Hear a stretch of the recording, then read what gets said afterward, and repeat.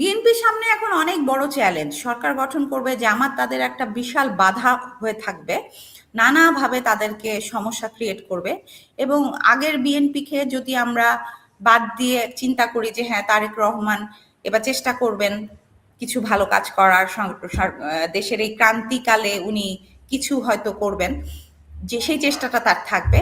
যদি এই জায়গা থেকেও চিন্তা করি, জামাত তার জন্য একটা বিশাল বাধা হয়ে দাঁড়াবে। এখন আমরা তো তাদের ইতিহাস জানি, জামাত কি করে। জামাত যত ধরনের সন্ত্রাসী কর্মকাণ্ড করে। এখন জামাত কি করতো, এতদিন জামাতের ফোকাসটা ছিল হচ্ছে আওয়ামী লীগের উপরে।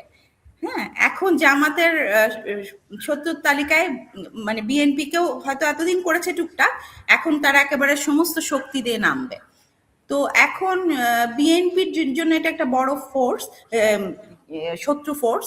এবং বিএনপি এটাকে কিভাবে ট্যাকেল দেবে সেটা আসলে বিএনপি জানে।